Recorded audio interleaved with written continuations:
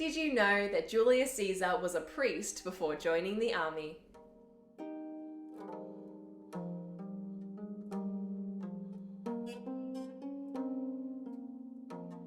Hello and welcome to World History Encyclopedia. My name is Kelly and today's video is all about the life and achievements of Julius Caesar. This video was kindly sponsored by History Hit, a company that brings you the stories that shaped the world through their award-winning podcast network and online history channel. It's like Netflix, but for history. With over 500 documentaries, 1,000 plus podcast episodes, and 5,000 history-related travel articles, History Hit are adding new programs and podcasts each week. If this all sounds pretty great, then be sure to visit historyhit.com and use our code WORLDHISTORY to get 50% off your first 3 months. And as always, you can support us by joining our Patreon, which you can find the link for down below. Julius Caesar was a Roman general, orator, and eventually the dictator of Rome. He was a successful soldier and led his legions into victorious battles in Spain and Gaul, and conducted the first Roman incursion into the British Isles. As 1/3 of the First Triumvirate with Pompey and Crassus, Julius Caesar was a consul of Rome before eventually becoming Dictator Perpetuus, or dictator for life. Caesar introduced reforms to the Roman Republic that resulted in a prosperous time for Rome, but the Senate and those against his reforms were worried he may choose to rule as a king and abolish the Senate altogether. And so, on the 15th of March, 44 BCE, Julius Caesar was assassinated. And upon his death and the rise of his grandnephew and adopted son Octavian as Augustus, the first emperor of Rome, the Roman Republic came to an end and the Roman Empire began. Gaius Julius Caesar was born on July 12, 100, or potentially 102 BCE, to his father, who was also named Gaius Julius Caesar, a praetor who governed a province of Asia, and his mother, Aurelia Cotta, who was of noble birth.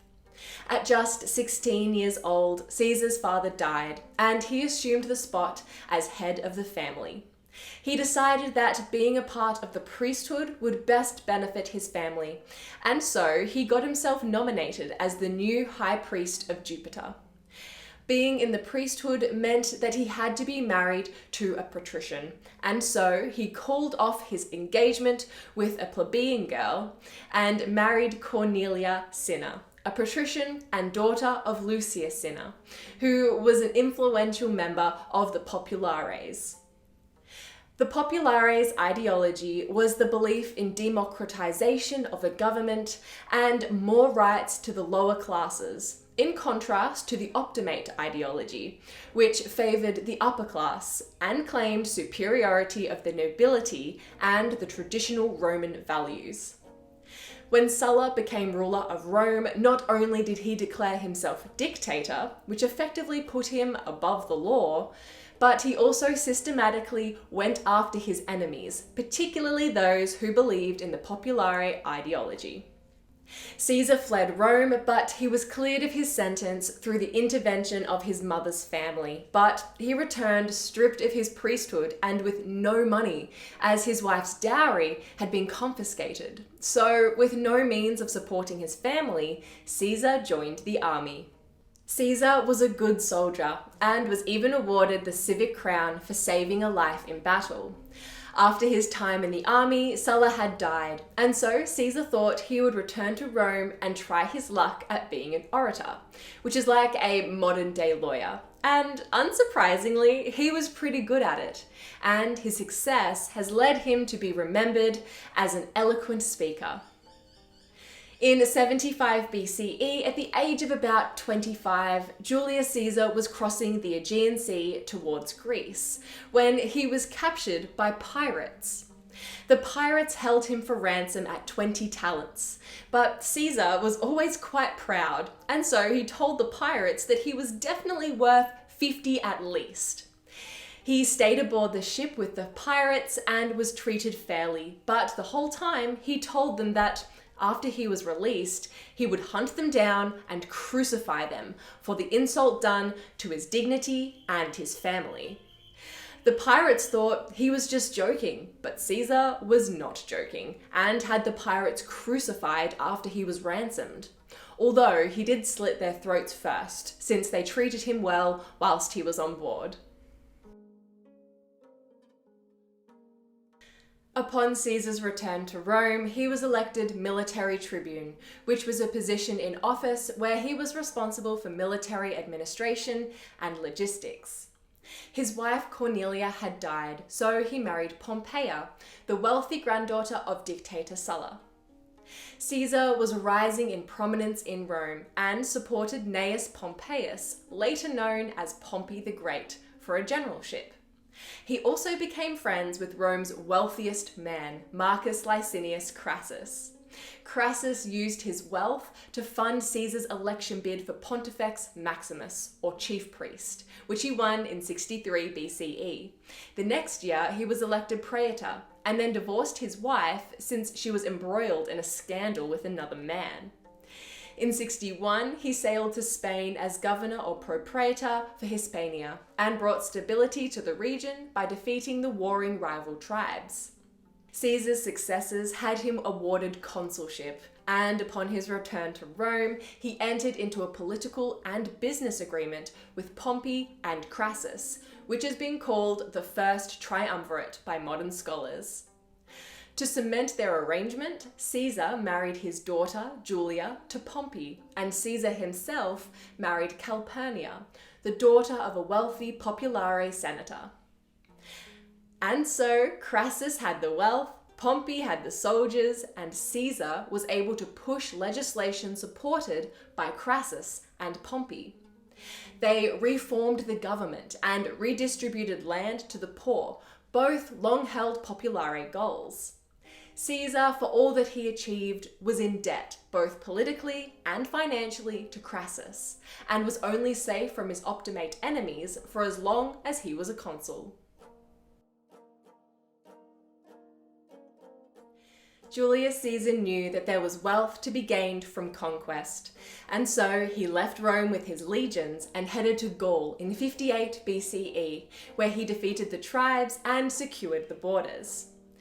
He twice defeated the tribes to the north and conducted the first ever Roman incursion into the British Isles, and then later he did it again.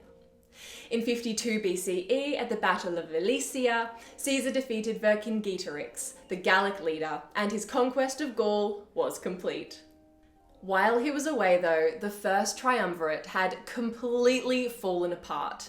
First with the death of Crassus, and then the death of Caesar's daughter, Pompey's wife, Julia, in childbirth. Without Caesar's daughter connecting him to Pompey, Pompey aligned himself with the Optimate faction and became the sole military and political power in Rome. Caesar's governorship of Gaul was terminated, and he was ordered to return to Rome not as a consul, but as a private citizen.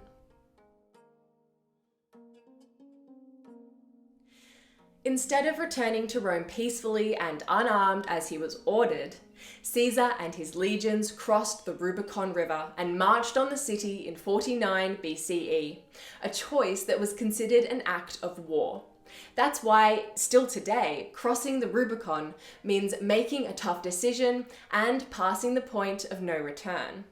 Instead of meeting Caesar in battle, Pompey fled, first to Spain, then to Greece, where his large force was defeated by Caesar's much smaller forces at the Battle of Pharsalus in 48 BCE.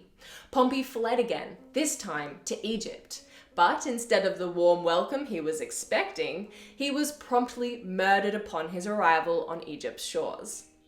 Caesar followed Pompey to Egypt and was absolutely outraged when he learned of Pompey's death. Caesar proclaimed martial law, took over the royal palace, and displaced the pharaoh Ptolemy XIII. It was at this time, though, that he met the last queen of Egypt, Cleopatra VII. At this time, Cleopatra was in exile, so she couldn't just walk into the palace.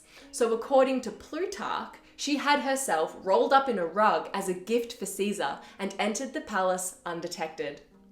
Julius Caesar aligned himself with Cleopatra, which ignited war between Caesar's army and the Egyptian army. After 6 months of being besieged in the royal palace, the Roman forces were finally able to break the Egyptian line, with reinforcements arriving in March of 47 BCE, and the Egyptian army was defeated. Caesar and Cleopatra became lovers almost immediately, and he stayed in Egypt with her for 9 months. Cleopatra even bore him a son, Ptolemy Caesar, better known as Caesarion, whom Cleopatra named as her heir and successor to the throne of Egypt. Caesar was governing and ruling from Egypt, although he did leave Cleopatra behind to lead his armies through Asia Minor, where he defeated the tribes and subjugated the people.